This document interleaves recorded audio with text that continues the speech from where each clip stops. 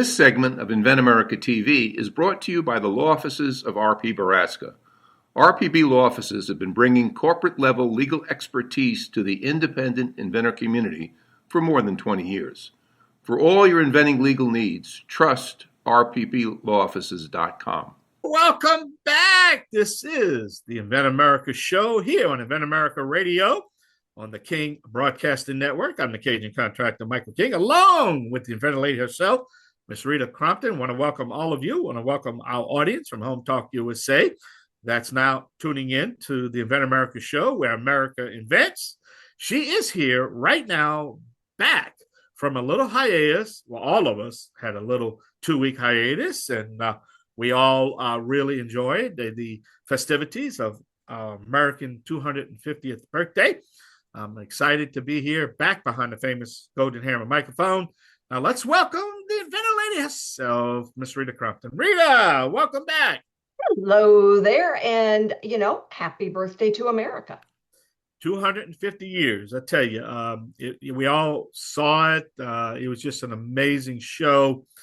And what's amazing that I was watching was, the pageantry was there, the entertainment was there, the fireworks. That fireworks display was just beyond anything you can even comprehend and watch. But what was amazing to me is that we had some wars, and to have these great American soldiers like the gentleman, the private, the corporal, that was 107 years old, that actually stormed the beaches of Normandy there on stage. This is once in a lifetime opportunity to have a national treasure, and to have these 11 or 12 soldiers that were, the youngest was 97 years old, Korea, World War II. Amazing. Wow. Yeah. If that doesn't get you. And unfortunately at the top of the hour on Home Talk USA, I did a little pre-lig about my displeasures, and we're not going to get into politics here with this mayor of New York and what he did. It was horrible. But hey, you can read my comments, and people like commenting on it right now and said, hey, somebody has to stand up for America, because the same freedoms that we have that allowed me and you to get on the air.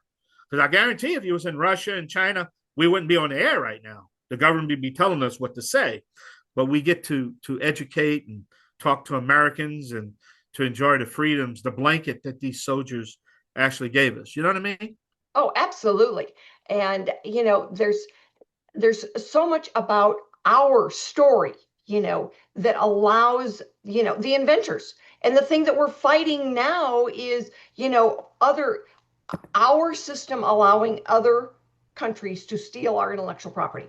That just, oh man, that gets me burning and going like crazy. So, when we're looking out for the American inventor, that, we look at little ideas that become world changing ideas.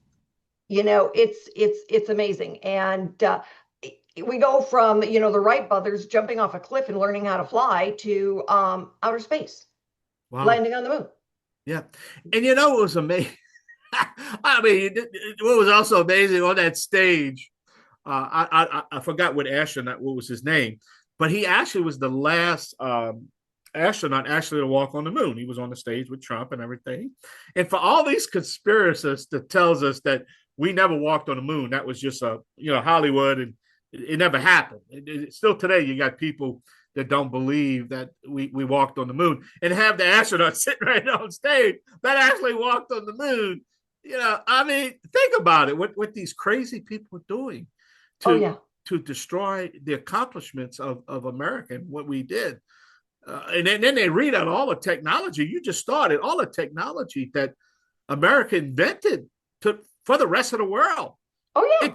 It couldn't have been done unless you was in a capitalistic society. Oh, that absolutely. ain't gonna happen. Those guys, in sneakers and cutoffs in a garage that came up with some of these little tech chips. Okay, that would not have happened in another country. Yeah. We'd be It, we'd be still talking on the old landlines instead of being able to go out there with all of our cool technology.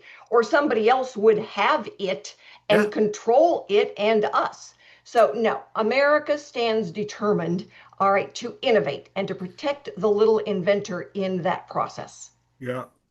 And I tell you, I want to mention this to you. I think in a future show when we take off, when we do the best of, I'm going to pull some of my old archive shows of about 15, 20 years ago on what you just said when I warned, the corporate society, what are you doing? Why are you shipping our technology overseas to China?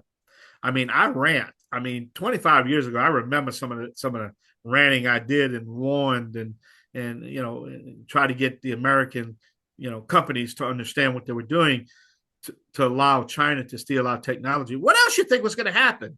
Give them our technology because you're trying to save a few bucks. You know what I mean? It, Oh it yeah. just it just didn't sit right with me. Yep. No, you're absolutely right. And the way it was just, it was all about the money at that point, and Yeah. corporate money, and shareholder money, and everybody wanted more money. And you know what? Life isn't about the money. A very wise man taught me the secret in life is to not be too greedy. And you know Well, what? When you start getting too greedy, you lose. In the long run, you lose. Well, a smart man also told me a long time ago, he says, if you take money out of the equation and you become the very best of what you do and you provide a service, a want, a need, the money is going to follow. See, the money Right. is at the end. It's going to follow. You don't have to do anything for it because all you have to do is come up with something that the American consumer wants. And that's what we do on this show. We are so blessed, me and you, to sit and talk to the Bill Bowmans of the world and all these other characters.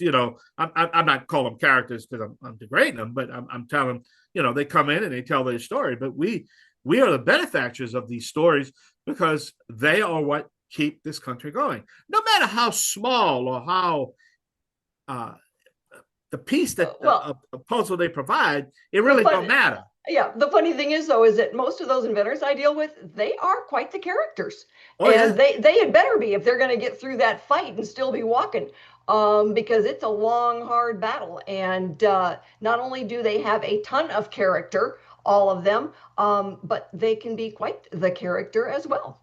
yeah, I think they should have two questions on their tests. First, are you an introvert or an extrovert? And if they check out introvert, then well, I don't think you're going to be in business too much. And nothing against the introverts out there because these are very highly intelligent people. But the extroverts are what make the world going around.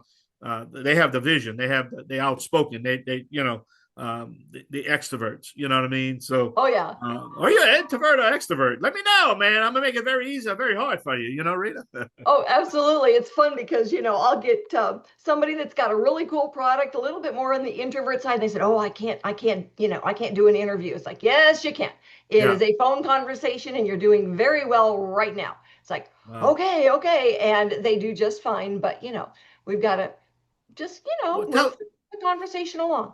tell us about Bill Bowman. He's coming up shortly. A little bit about what we're going to expect from him.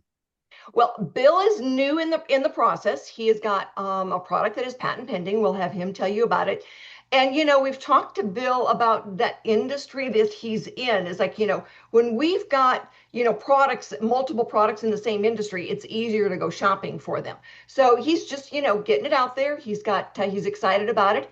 It's he gets folks lined up and looking at it. And they're thinking, "Holy cow, this is pretty cool." So it's wonderful to see somebody that's got a product that can make a real difference in an industry. Wow. Well, I'll tell you what, we're going to have to take a short break. When we come back, we're going to have our first guest, Mr. Bill Bowman. Don't forget that the third hour, top of the third hour, if you stay with us right here on the Invent America show, we're going to have the Made in America Hour, which is part of the Home Talk USA family. Don't forget, if you have a guest or a topic you would like us to discuss, just drop me an email at michaelking1350@yahoo.com. Tell me a little bit about your topic, and if it meets our criteria, we will go out and find the very best person in that technology. And if we can't find that person, then what we're going to do is we're just going to go find the inventor to find that person. You saw how I got out of that, right, Rita? All right, I we saw take a short that, break. yeah. Yeah. All right, we take a short break. We'll be right back. Invent America Show. Yeah, y'all come back now. You hear? This segment of Invent America TV is brought to you by SearchQuest Patent Search. SearchQuest provides for a comprehensive patent search that searches the entire world and not just the U.S. Patent Office. Make sure that before you spend those big bucks having a patent written, you've done your due diligence by getting a comprehensive patent search. Use SearchQuestPatents.com for all your patent search needs. They scour the world for you. Welcome back, America. This is the Invent America Show because America invents. I'm your host, the Cajun contractor, Michael King, along with the inventor lady herself, Miss Rita Crompton. So my guest is Bill Bowman. Bill, thanks for being with us today. Thank you for having me. So tell everybody what you invented, what industry you're in. Give us a ballpark idea. I invented a baseball bat force sensor, and it goes on the barrel of the bat. It's pretty simple. It's an isometric, so it's a press, and it details how strong players basically are at contact, and so it slows everything down to an isometric. And the reason I actually did it was I had not only played, I have Major League Baseball in my family, and scouted for 25 years. I coached for 10. And when I started coaching, I had all my kids that were doing strength training line up on the fence with their bats and use isometrics. And they'd have no idea how much pressure they're applying, but they wanted to know. And then that was the key that got me in a direction to where I found out that there was a miniature force sensor out there that did not only medical, but they were starting to do it in sports. How much pressure can you apply, and how do you work out with that, and what's the feedback? So the kids all wanted to know how much force that they were applying, basically. And so I found this little miniature force sensor that fit right on the bat, and it just velcros on there, and you just send it right at your face, and you apply the pressure, and it literally in grams shows you how much pressure you're forcing. And so it tells you exactly how strong you are personally. And then it became competitive with the other kids because they were all looking at your sensor, and then they're looking at their sensors, and now we've got a horse race. And that's when I knew that this was going to happen, because unless somebody else did it, I already saw the technology change to spin rate, velocity, launch monitors on baseball bats. They have all these things on the handle, but they had nothing on the barrel. So I researched it, came up with this little product, put it on the bat, made a prototype, sent it out. It's under patent search, and so far nobody seems to have thought of it. Ideally, Oh, that's great. And innovation is a long process. We're talking about the birthday and how America has been innovating for centuries, but in the last 100 years we've led the world in innovation. But every inventor's got to start someplace. Yeah, it was baseball all the way. It had to be in baseball. I don't know much about anything else, honestly, but I know a lot about baseball. So that it feels like that's a natural progression to look for something like this. And the best inventors I deal with are the ones that invent in the industry that they work in, or in the knowledge that it doesn't matter if it's a pet product, a baby product, for the doctor's offices, car mechanics. If you're working in the field, if you're a farmer out in the field and your tractor breaks and you come up with a better way of fixing it, oh, holy cow, now you change the whole entire industry. Yeah. But it's one step at a time. Yeah, it makes sense. And that it's funny because I had been in the game for so long, and I had scouted for 25 years. I watched so many baseball swings, but I never, once they started the strength training part of this and all these kids wanted to play D1 baseball, they had to go into this major pro strength training. And part of the training was isometric pressure, and it wasn't going to kill you because, the body in baseball has to stay really lean and it can't be tight. It's got to be loose. And so isometrics were the perfect answer for me. And so when I applied them onto the barrel, the only thing that I was hesitant about is someone might have already had the idea. I knew the idea was really good. Yeah. I just didn't know if it was already out there. So that's kind of where I'm at, Yeah, right. So, Maybe nobody thought of it. I don't know. well, and it's in the process, like you said. So what's the goal? I mean, we get inventors that think they want to be startups. We get inventors that, want to be solo independent inventors. And then we get the smarter inventors that say, oh, shoot, no, I do not want to do this all alone. So where are you at in that? I already know your answer. That's why I could word it that way. Yeah, because I've gotten help from day one with an investor, a buddy of mine that thought it was a great idea. I tempted him a little bit with, if it really worked, he's gonna be okay. But if it didn't, he's gonna get his money back, so he couldn't get hurt. But that helped a lot because I am not a rich man, and I hope this is a great fourth quarter for me. And the reason I'm doing this is so I can really get retired and go to the fourth quarter in great shape. That's why I'm doing it. Pretty much. I understand. And so, you didn't really actually answer the question. So what are you looking for to do with your invention? Are you going to start manufacturing? Of course I am. And plus, it's so easy to do. I'm hoping that somebody sees it and says, "Hey, man, we could just make this into a box, sell it in the counter at the sporting goods store." And it's so pathetically easy. You could literally take the prototype as is, put it in a beautiful little baseball box, and put it right on the counter. And I know these people are going to look at it and go, "What the heck is that?" And so that's the deal. Is it won't take a lot of money to manufacture. You could literally take it as is. I'd like to see it in a little baseball scheme thing, but you really don't need to. I can definitely use it as is, stick it on a baseball bat and be done with it. But that's the beauty of it, is if I manufacture it or have it manufactured, they won't have to do much to it. They can just, tweak it a little bit and make it look like a baseball thing. I don't know. And that's kind of the selling point. That's the marketing point.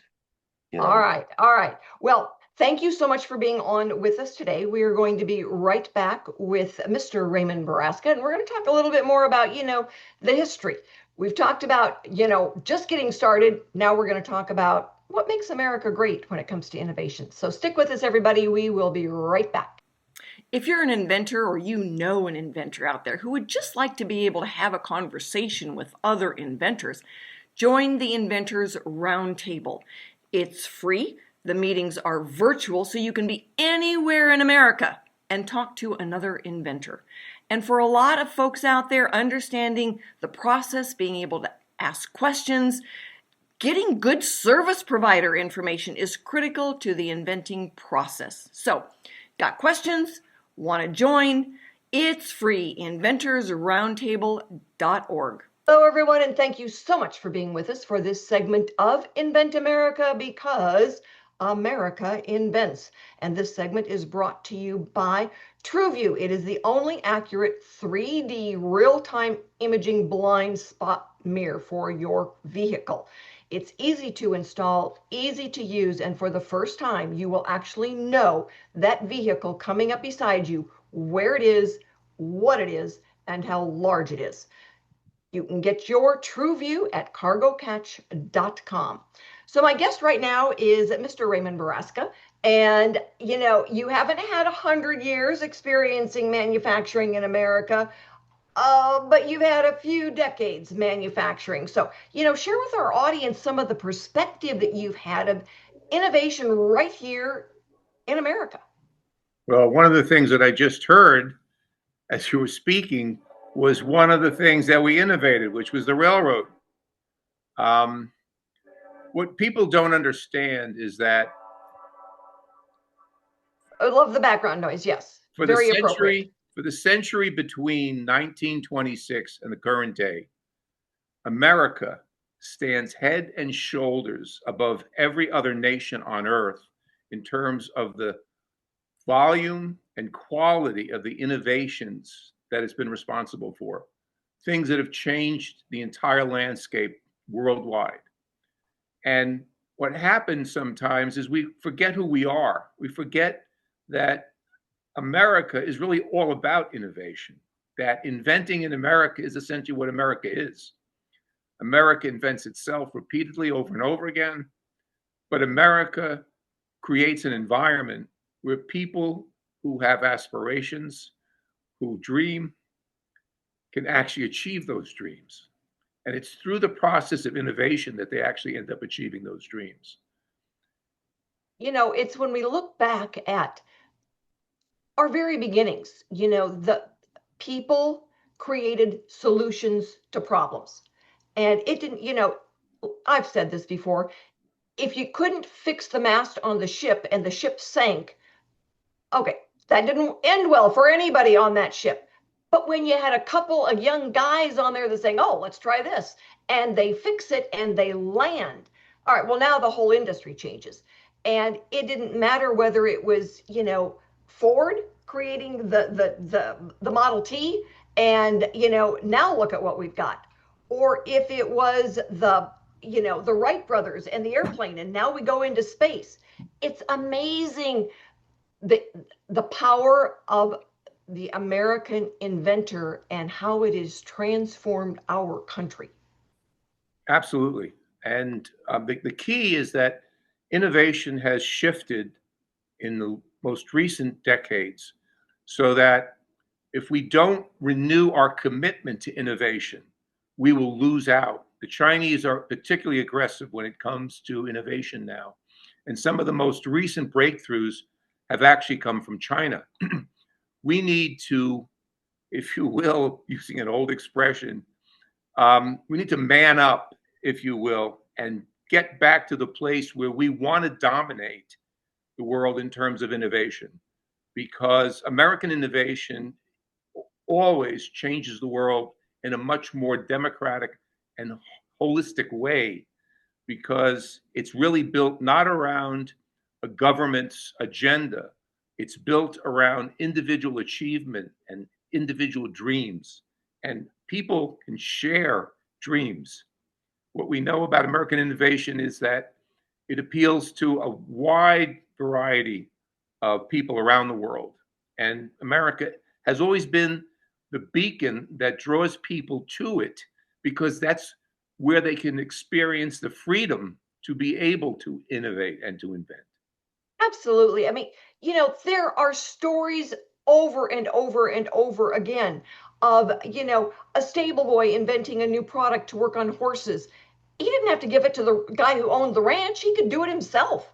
You know, the woman working in the kitchen as a, you know, as a cook and invent something. And the independent inventor has carried the weight of innovation decade after decade after decade. And it's America's job to protect that independent inventor from being ripped off, knocked off, stolen from, infringed on.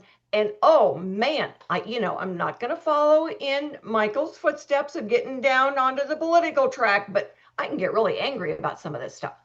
Oh, absolutely. And I'll give you an example of a couple of entrepreneurs who decided that they were going to solve the problems that had been created by a cartel to dominate newsprint in this country at the end of the 19th century. What had happened was all of the paper manufacturers throughout the country got together and decided to conspire and fix the price of newsprint. These two entrepreneurs went up to Maine and they petitioned the legislature to allow them to create a new corporation and build in a remote area of Maine that was undeveloped. And when they were given that permission by the legislature, they went back down to the cities in the Northeast, and they went hand in hat to different well-to-do families and told them this narrative about the need to break this cartel, because the newsprint, the newspaper publishers were being killed by the pricing that the newsprint manufacturing industry was creating. And they were able to raise these funds. They went back with the money. They imported Southern Italians up to a remote section in Maine. They built a mill, and the mill had 10 paper machines. And when those paper machines came on, they were world-class, state-of-the-art, and they basically destroyed the cartel that had been created through imagination, innovation, inspiration. And that mill became the dominant supplier of newsprint to the New York Times and to the Boston Globe for almost 100 years. Amazing. Amazing. Good old American innovation. You know, the stories are endless, and we love being able to tell the stories. So if you are out there and you know of a company or a product or an inventor who has contributed to this country, would love to have them on the radio, because the stories, Ray, the stories are wonderful stories of people's determination and grit, just to keep on persevering. It's amazing. Absolutely. And America is filled with people like that. We just need to tune back into that spirit in order for this country to just thrive as it once did.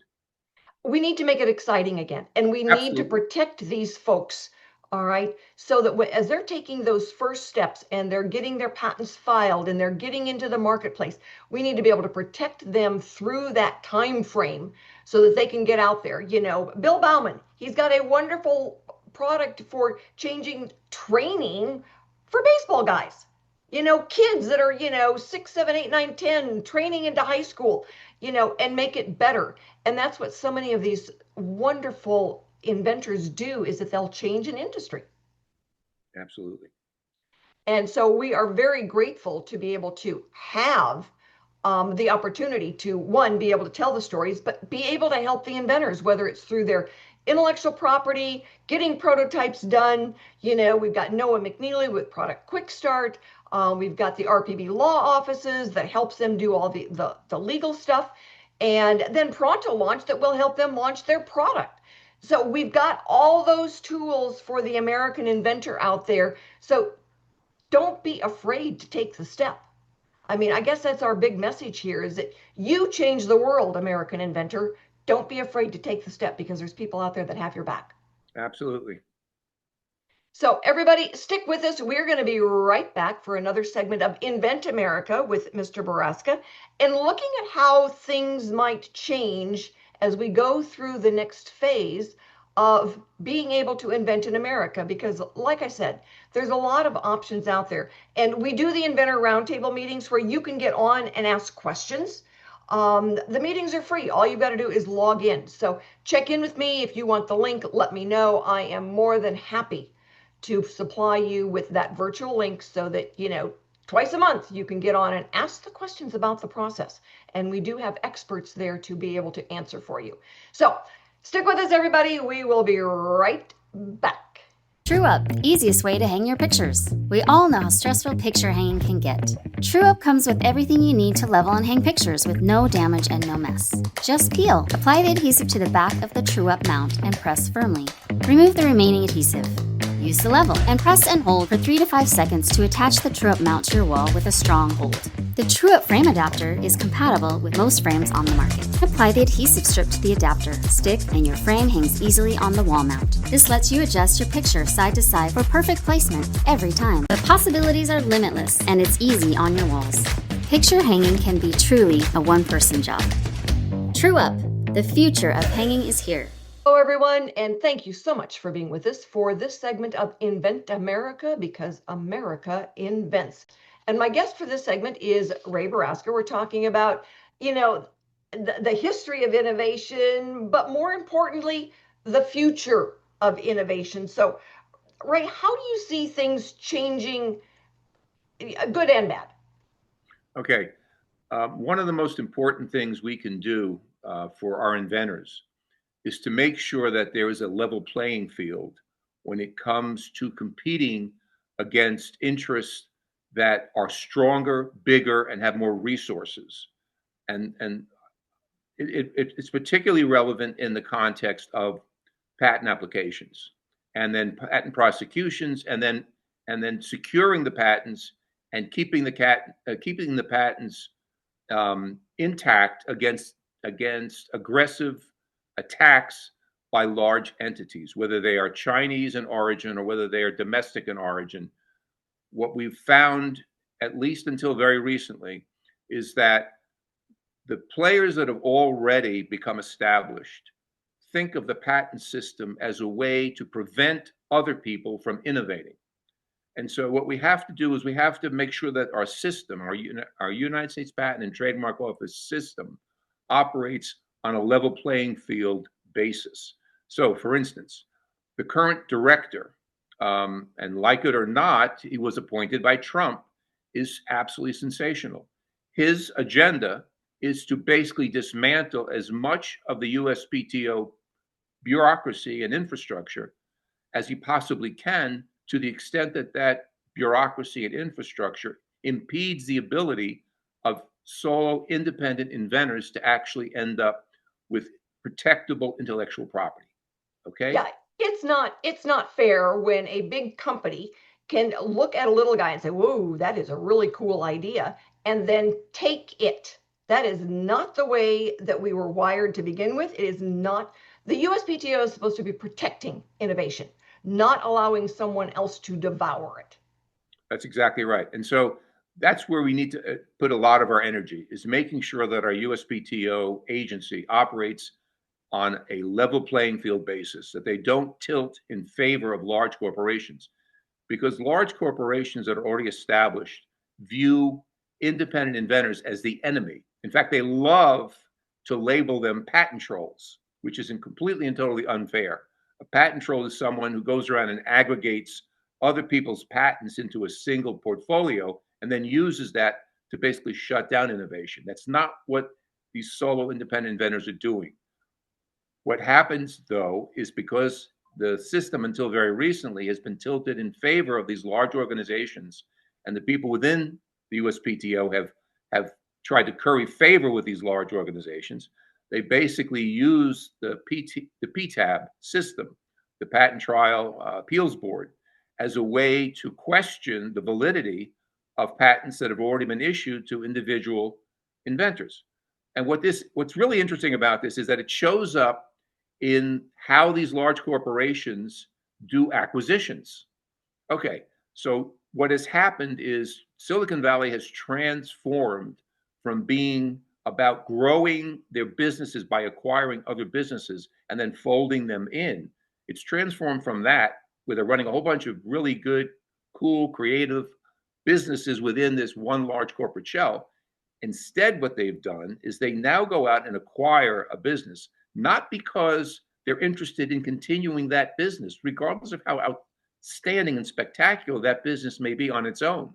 They go out and acquire businesses, and they value these businesses based on how many engineers are in that business that they can acquire and redeploy in items that they are particularly interested in pursuing. To hell with what the smaller company was involved in. Okay? Yeah, I've heard so many examples over the years of, an inventor going out there, the solo inventor, and, they put together the funds and they get it out the door, and then someone infringes on them and wants to have their patent determined invalid. And that's what the PTAB does, is it buys into the big corporate stuff. And it just makes me so frustrated. But, one of our classic examples is Josh Malone with a bunch of balloons. I mean, almost everybody in the world has seen a bunch of balloons these days. I have bought a ton of them. And so, he was infringed on by a big company, but he had licensed his product to a toy company, and they had the pockets and the baseball bat, all right, to go after the infringer. And they did. And so they won. It took 5 years and lots of money, but they finally did win. But most inventors who go solo, they don't have that as an advantage. And so a lot of the inventors, that's a big reason why they license now to a bigger company that does have the bigger baseball bat and will go after the infringer. Yeah, and another way in which we can help, besides ensuring that the USPTO creates a level playing field for all participants, we can also think about what they call sovereign funds, where the government becomes a partner with private enterprise to create funds where individual inventors can come and get grants or seek financing in order to finance their way through a very difficult process. So that's another way in which we as a nation can help our inventors compete on the global scale, is by providing the financing through a government-private enterprise partnership that actually encourages innovation. And many nations actually have something very similar to that. It's just that we've never thought through the process. Well, this, again, like it or not, this is one of the platforms of Trump's administration, is to create a sovereign fund that could do precisely that. Well, thank you so much for being with us today and helping us to go on about our wonderful heritage and our celebration with innovation. And next week, we will have another segment and episode of Inventing in America. Thanks, everyone, for joining us today. We will be back next week with more stories on getting products from mind to market. We will have new inventors and industry experts. So join us and have a wonderful week.